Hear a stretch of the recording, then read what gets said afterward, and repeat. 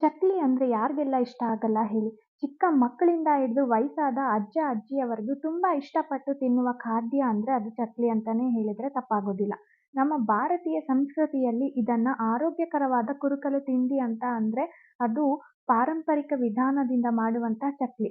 ಇಂಥ ಮಹತ್ವವುಳ್ಳ ಚಕ್ಲಿಯನ್ನ ಮಾಡೋದು ಹೇಗೆ ಅಂತ ನಾನು ಈ ವಿಡಿಯೋದಲ್ಲಿ ನಿಮ್ಗೆ ತಿಳಿಸ್ಕೊಡ್ತಾ ಇದ್ದೀನಿ. ಬನ್ನಿ ಹಾಗಿದ್ರೆ ನೋಡೋಣ ಈ ಚಕ್ಲಿಯನ್ನ ಮಾಡೋದು ಹೇಗೆ ಅಂತ. ಇಲ್ಲಿ ನಾನು ಒಂದು ಗ್ಲಾಸ್‌ನ ಅಳತೆ ಮಾಡ್ಕೊಂಡು 4 ಗ್ಲಾಸಷ್ಟು ಅಕ್ಕಿ ತಗೊಂಡಿದ್ದೀನಿ. 1 ಗ್ಲಾಸ್ ಅಳತೆ ಅಂದ್ರೆ 1/4 ಕೆಜಿಗೆ ಸಮ. ಅಂದ್ರೆ ನಾನಿಲ್ಲಿ 4 ಸರಿ ಹಾಕ್ಕೊಂಡಿರೋದ್ರಿಂದ ಇದು 1 ಕೆಜಿ ಅಕ್ಕಿ ಆಗತ್ತೆ. ಮತ್ತೆ ನಾನು ಇಲ್ಲಿ ಸೊಸೈಟಿ ಅಕ್ಕಿನೇ ಬಳಸ್ತಾ ಇದ್ದೀನಿ. ಈ ಅಕ್ಕಿನ ಚೆನ್ನಾಗಿ 3 ರಿಂದ 4 ಸಲಿ ತೊಳ್ಕೊಬೇಕಾಗತ್ತೆ. ಯಾಕೆಂದ್ರೆ ಗಲೀಜು, ಧೂಳು ಎಲ್ಲ ಜಾಸ್ತಿ ಇರೋದ್ರಿಂದ ಇದನ್ನ ಒಂದು 3 ರಿಂದ 4 ಸಲಿ ಅಥವಾ 5-6 ಸಲಿ ತೊಳೆದ್ರೂನು ಏನೂ ಆಗೋದಿಲ್ಲ. ಹಾಗೆ ಇದನ್ನ ಒಂದು ಬಿಳಿ ಬಟ್ಟೆ ಮೇಲೆ ಒಣಗಾಕೊಳ್ಬೇಕಾಗತ್ತೆ. ಬಿಸಿಲಲ್ಲೇನು ಒಣಗಾಕೋದ್ ಬೇಕಾಗೋದಿಲ್ಲ. ಮನೆಯಲ್ಲೇನೆ ಮನೆ ಒಳಗಡೆ ನೆರಳಲ್ಲಿ ಹಾಗೆ ಒಣಗಾಕೊಳ್ಬೇಕು. ತುಂಬಾ ಒಣಗಬೇಕು ಅಂತ ಏನಿಲ್ಲ. ಈ ಅಕ್ಕಿನಲ್ಲಿರೋ ನೀರಿನ ಅಂಶ ಎಲ್ಲ ಹೋಗಿ ಸ್ವಲ್ಪ ಡ್ರೈ ಆಗ್ಬೇಕು. ಅಲ್ಲಿವರೆಗೂ ಇದನ್ನ ಒಣಗಿಸ್ಕೊಳ್ಬೇಕಾಗತ್ತೆ. ನಾನಿಲ್ಲಿ ಒಂದು ಚಾಪೆ ಮೇಲೆ ಪಂಚೆ ಬಟ್ಟೆನ ಹಾಕೊಂಡು ಅದ್ರ ಮೇಲೆ ನೀಟಾಗಿ ತೆಳ್ಳುವಾಗಿ ಹೀಗೆ ಒಣಗಾಕೊಳ್ತಾ ಇದ್ದೀನಿ. ಇದನ್ನ ನೆನ್ಸೋ ಅವಶ್ಯಕತೆ ಏನೂ ಇಲ್ಲ. ಯಾಕೆಂದ್ರೆ ಇದನ್ನ ಹುರ್ಕೊಳ್ಬೇಕಾಗತ್ತೆ. ಈಗ ಈ ಅಕ್ಕಿ ಎಲ್ಲ ಚೆನ್ನಾಗಿ ಒಣಗಿದೆ. ಇದನ್ನ ನಾನು ಒಂದು ದಪ್ಪ ತಳದ ಪಾತ್ರೆನ ಇಟ್ಕೊಂಡು ಒಂದು ಸ್ವಲ್ಪನೇ ಅಕ್ಕಿನ ಹಾಕೊಂಡು ನಿಧಾನಕ್ಕೆ ಹುರ್ಕೊಳ್ತಾ ಇರ್ತೀನಿ. ಯಾಕೆಂದ್ರೆ ಒಂದೇ ಸಲಿ ಜಾಸ್ತಿ ಹಾಕೊಂಡು ಹುರ್ಕೊಳ್ಳೋದ್ರಿಂದ ಅದು ಸರಿಯಾಗಿ ಹುರಿಯೋದಕ್ಕಾಗೋದಿಲ್ಲ. ತುಂಬಾ ಟೈಮ್ ತಗೊಳುತ್ತೆ. ನೆನ್ಪಿರ್ಲಿ, ಅಕ್ಕಿ ಏನಾದ್ರೂ ಸೀದೋದ್ರೆ ಚಕ್ಲಿ ಹಾಳಾದಾಗೆ ಲೆಕ್ಕ. ಚಕ್ಲಿ ತಿನ್ಬೇಕಾದ್ರೆ ಸೀದೋಗಿರೋ ತರ ಟೇಸ್ಟ್ ಕೊಡ್ತಾ ಇರತ್ತೆ. ಅದಕ್ಕೆ ನೀವು ಆದಷ್ಟು ಲೋ ಫ್ಲೇಮ್‌ನಲ್ಲೇ ಇಟ್ಕೊಂಡು ಈ ಅಕ್ಕಿನೆಲ್ಲ ಹುರ್ಕೊಳ್ಬೇಕಾಗುತ್ತೆ. ನಂತರ ನಾನು ನಿಮ್ಗೆ ಯಾವ ಗ್ಲಾಸ್‌ನಲ್ಲಿ ಅಳತೆ ಮಾಡಿ ತೋರಿಸಿದ್ನೋ ಅದೇ ಗ್ಲಾಸ್‌ನ ಅಳತೆನಲ್ಲಿ 1 ಗ್ಲಾಸ್ ಅಷ್ಟು ಕಡ್ಲೆನ ಹಾಕೊಂಡು ಅದನ್ನು ಕೂಡ ಹೀಗೆ ಹುರ್ಕೊಳ್ತಾ ಇರ್ತೀನಿ. ನಾನಿಲ್ಲಿ ತೋರಿಸ್ತಾ ಇರೋಂಥ ಪ್ರತಿಯೊಂದು ಇಂಗ್ರೀಡಿಯೆಂಟ್‌ನ ನೀಟಾಗಿ ಫಾಲೋ ಮಾಡಿ ನೀವು ಕೂಡ ಇದೇ ಸಮಾನ ಅಳತೆನಲ್ಲಿ ನೀವು ಚಕ್ಲಿನ ಮಾಡ್ಕೊಳ್ಳೋದ್ರಿಂದ ತುಂಬಾನೇ ರುಚಿಯಾಗಿ ಬರುತ್ತೆ.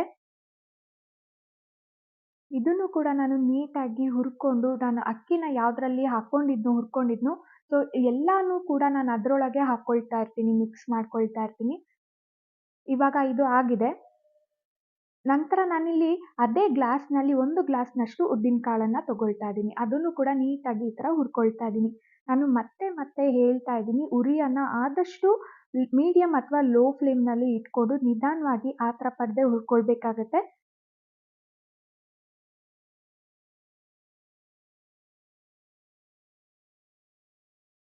ಇದನ್ನು ಕೂಡ ಚೆನ್ನಾಗಿ ಹುರ್ಕೊಂಡಿದ್ದಾಗಿದೆ. ಇದನ್ನು ಸೈಡ್‌ಗೆ ಎತ್ತಿಟ್ಕೊಳ್ತಾ ಇದ್ದೀನಿ. ಮತ್ತೆ ನಾನು ಅದೇ ಗ್ಲಾಸ್‌ನಲ್ಲಿ 1 ಗ್ಲಾಸ್‌ನಷ್ಟು ಅವಲಕ್ಕಿನ ಹಾಕೊಳ್ತಾ ಇದ್ದೀನಿ.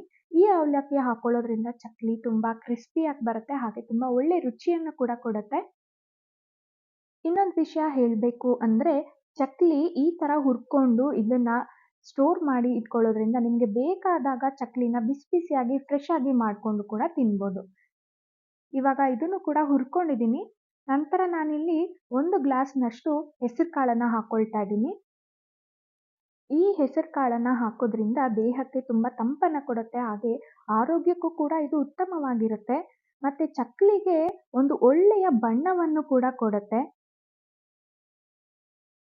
ನೋಡಿ, ಹೆಸರು ಕಾಳು ಹುರ್ಕೊಳ್ತಾ ಬಣ್ಣ ಕೂಡ ಬದಲಾಗುತ್ತೆ. ನಂತರ ನಾನಿಲ್ಲಿ ಒಂದು ಅರ್ಧ ಗ್ಲಾಸ್‌ನಷ್ಟು ಸಬ್ಬಕ್ಕಿನ ತಗೊಂಡಿದ್ದೀನಿ. ಅದನ್ನು ಕೂಡ ಹೀಗೆ ಹುರ್ಕೊಳ್ತಾ ಇದ್ದೀನಿ. ಸಬ್ಬಕ್ಕಿನ ಏನಕ್ಕೆ ಕಡಿಮೆ ತಗೊಂಡೆ ಅಂದ್ರೆ ಇದನ್ನ ಜಾಸ್ತಿ ಹಾಕೋದ್ರಿಂದ ಚಕ್ಲಿ ಮೆತ್ತಗೆ ಬಂದ್ಬಿಡತ್ತೆ. ಅವಾಗ ಕ್ರಿಸ್ಪಿಯಾಗಿ ಇರೋದಿಲ್ಲ. ಅದಕ್ಕೆ ಅರ್ಧ ಗ್ಲಾಸ್ ತಗೊಂಡಿದ್ದೀನಿ.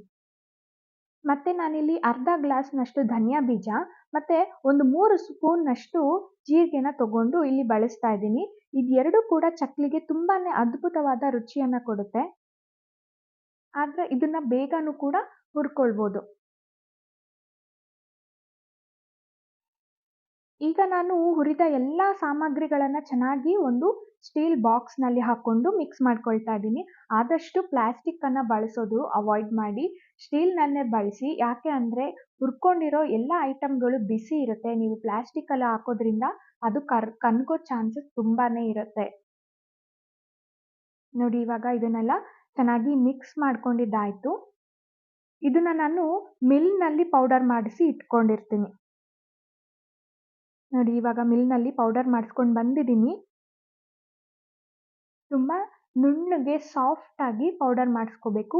ನೀವು ಈ ಪೌಡರ್ನ 5ರಿಂದ 6 ತಿಂಗಳುಗಳ ಕಾಲ ಇಟ್ಕೊಂಡು ಯಾವಾಗ ಬೇಕೋ ಆವಾಗ ಚಕ್ಕಲಿನ ಹಾಕ್ಕೊಂಡು ತಿನ್ಬೋದು. ಮುಂದಿನ ವಿಡಿಯೋದಲ್ಲಿ ಈ ಪೌಡರನ್ನು ಉಪಯೋಗಿಸಿ ಚಕ್ಕಲಿ ಮಾಡೋದು ಹೇಗೆ ಅಂತ ತೋರಿಸ್ಕೊಡ್ತಾ ಇದ್ದೀನಿ. ಅಲ್ಲಿವರೆಗೂ ಯಾರೆಲ್ಲ ನನ್ನ ಚಾನಲ್ನ ಸಬ್ಸ್ಕ್ರೈಬ್ ಆಗದೆ ನೋಡ್ತಾ ಇದ್ದೀರಾ, ದಯವಿಟ್ಟು ಸಬ್ಸ್ಕ್ರೈಬ್ ಆಗಿ ಅಂತ ಹೇಳ್ತಾ ಈ ವಿಡಿಯೋನ ಇಲ್ಲಿಗೆ ಮುಗಿಸ್ತಾ ಇದ್ದೀನಿ.